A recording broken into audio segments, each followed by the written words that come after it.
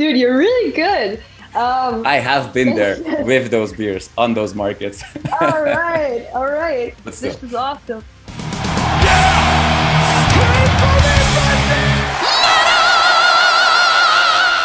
Hey everyone, welcome to the channel. My name is Belgian Jasper. If this is your first time on the channel, hit subscribe right now. The German metalcore scene has always been extremely wealthy, and a new up-and-coming band in that scene is SETYØURSAILS.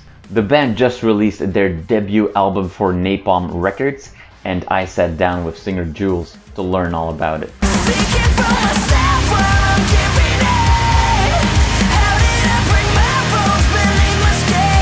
Jules from SETYÖURSAILS, thank you so much for your time today. I really appreciate it. The new album is out now. Usually when we talk to people, it's just before they release. We talk just after you release the album. It's a weird time to release an album still, unfortunately, but how is that feeling for you right now? Like is this a bit of a black hole where, you wish you were on tour right now, or are you just too busy with promotion anyway to think about any of that? Yeah, man. Actually, we've been sitting with the record for 1.5 years, and to be finally able to release it just feels so good, man. It really, it was a struggle really sitting with it and not being able to release it. Yeah, there's a lot of promo going on, a lot of press stuff, but that's awesome. I mean, it's to promote our baby, and this is just insane. The responses we got from press people, and yeah, of course we'd love to jump on tour now, but yeah, it's still COVID going on. But we do actually have a tour coming up, I believe in May, something like that. There's a couple dates in March, I believe, and yeah, really looking forward. Yeah. Awesome. Now, so hey, one thing that I want to ask you real quickly. So the way that SETYÖURSAILS is spelled at least from an aesthetic perspective, with an Ö. You had a band before, if I'm not mistaken, before We Fall, that, if I remember correctly, also had the Ö instead of an O in before. So where does that come from? What's the story behind that? Actually, you did a very good job finding that out, because I just had that in mind like a couple days ago, and I was like, how is the name of the band? I didn't even remember myself, so you did a very good job. Honestly, I don't even remember. I wish I'd had a cool story of how we got to name ourselves SETYÖURSAILS, but honestly, it just looks cool. I don't know. There's no deeper meaning to it. We just yeah, when we came up with the word SETYÖURSAILS, we first put it into 3 pieces, and we believe it looked like it didn't look good. So we we put it into one, like make it look like an actual name, and then I don't know, someone came up with this stuff, and we kept it because it looks a little bit more like, I don't know, it looks a little bit cooler.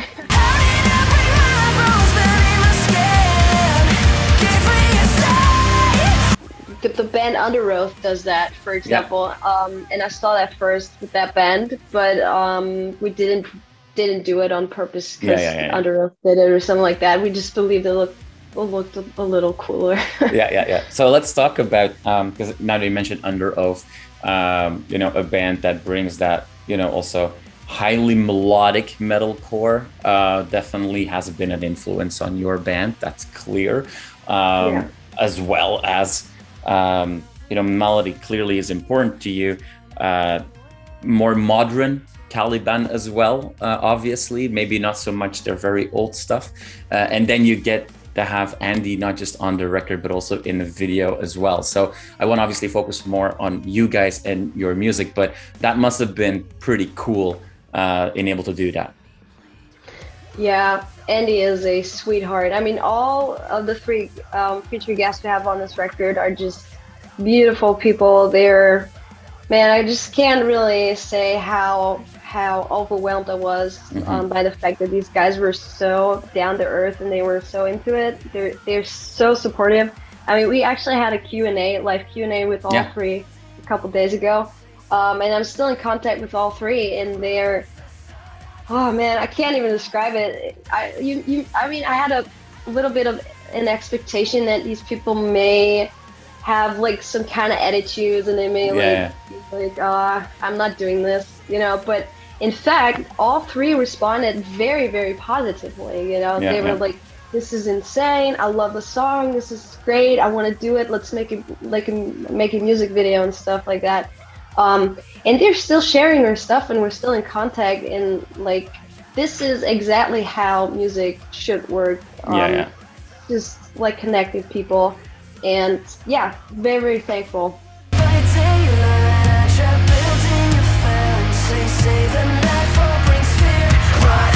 Quick side question. How long is too long for a beard for Andy? Because it's getting a little out of control. Oh man, he was actually, when we had the live chat, it didn't even fit in the frame, like in the screen. You couldn't really see the end of his beard. It was, so who knows? Who knows how far it has grown by now?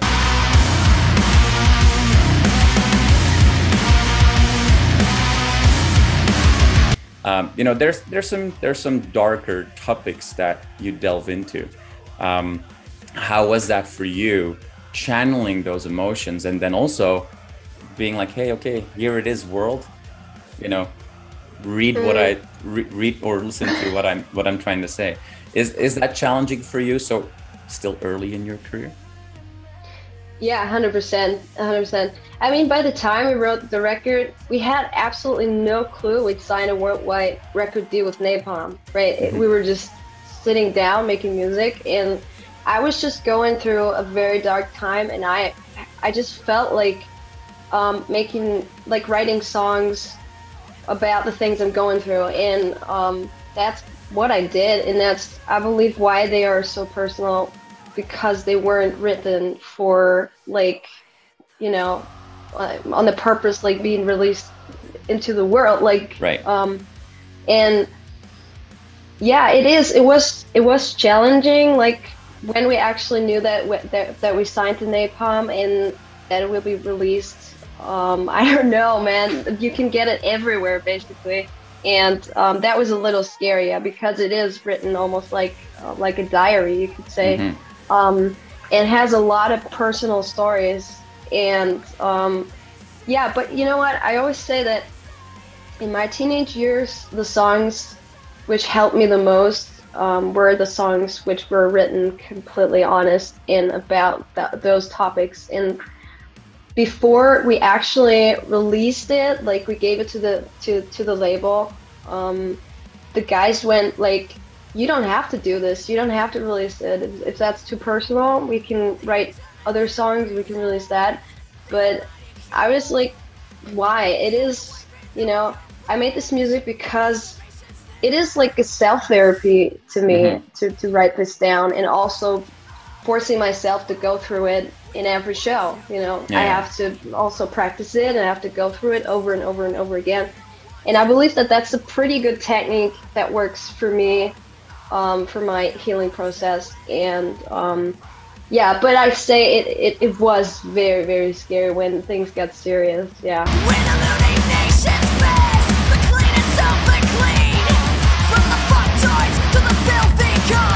I mean, what COVID did was, it made a lot of people understand depressed people more, like, because they actually were forced to deal with themselves. You know, I always say that the days when I'm worst is when I'm alone, when I have to actually face myself. These are the worst times, you know.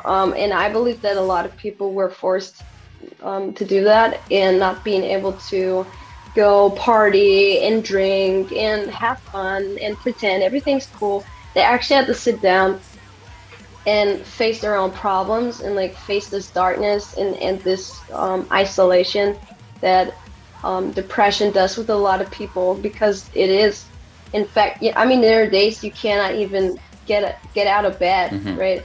And I believe that a lot of people who haven't dealt with something like depression before experienced something like that, because there was no purpose, you know, Yeah. like getting up or not. I mean, you're at home anyways, and like yeah, so I really hope, like, for the record, that people can relate to it, and I really hope that people do listen to it and give us the chance to really dive into it and understand what the songs are really about, and also understand that this was written from someone who seriously deals with something like that for over half of my half of my life, because I'm dealing with depression since I'm 13 years old and I'm 30 now.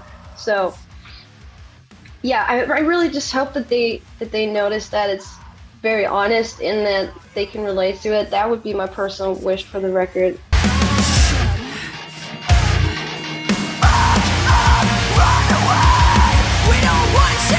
You challenge that by writing songs about either not giving in or finding ways to help you navigate, to ground yourself.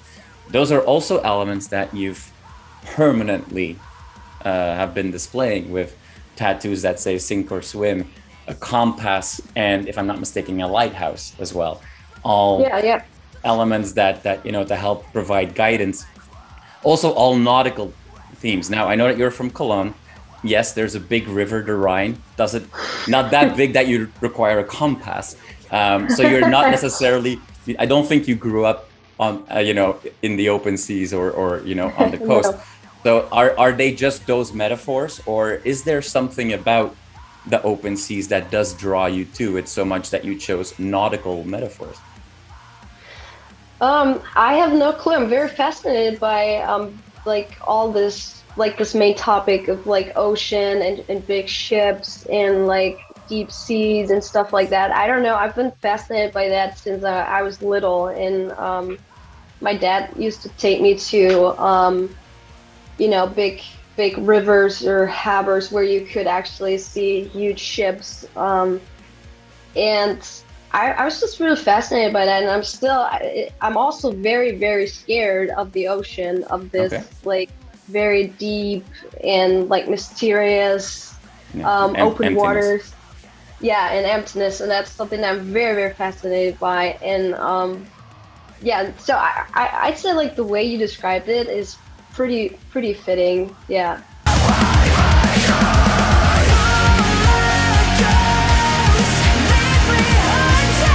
Now that I mentioned Cologne or Köln, you make some very serious and dark music. Does that make that you're even more looking forward to, or is it absolutely not your jam at all to, in I would say exactly 1 month from now, be on the Fischmarkt or the Heumarkt having some beers and singing Viva Colonia to celebrate Carnaval? Dude, you're really good. I have been there with those beers on those markets. all right. This is awesome. This is not my thing. I'm not a party person, really not. I'm not. I don't get why people do it, but I respect the culture. I'm actually from Frankfurt. It's a different town in Germany, and these people are way more serious. They don't really like that. So when I moved to Cologne, I was like, everyone is like wearing weird dresses and like weird, I don't know, masks and stuff like that. What the hell is going on here?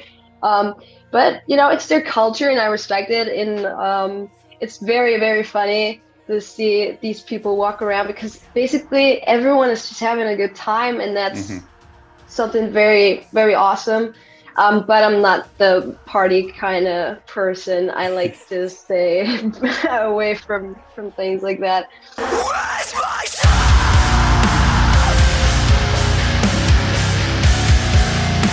There's still a lot of things that are impossible, but you mentioned that there are some shows and tour planned. What do we need to know? You know, what's coming our way? Yeah, so we do have a Europe tour planned with We'll be supporting NSOK, and I believe I actually didn't check on the dates because I was so scared that it will be postponed again that I was like, okay, I'm just gonna sit and wait, and you can tell me 1 week before where we're going. So I believe it's all across Europe, and also NSOK is an amazing band to see live, and we can't wait to jump on tour with them and finally being able to promote the record also.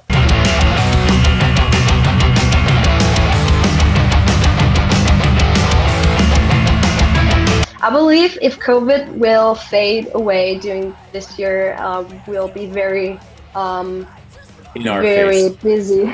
Yeah, very busy with touring, and we just try to get on every stage as soon as possible.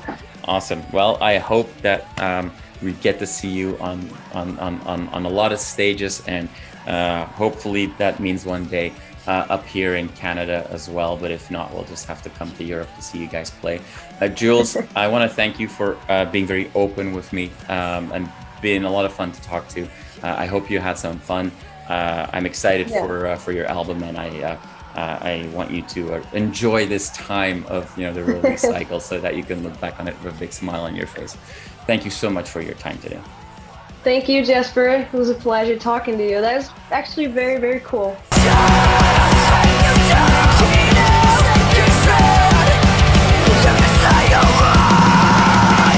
You are awesome for watching this video. Click right here to see more content like it and subscribe to the channel.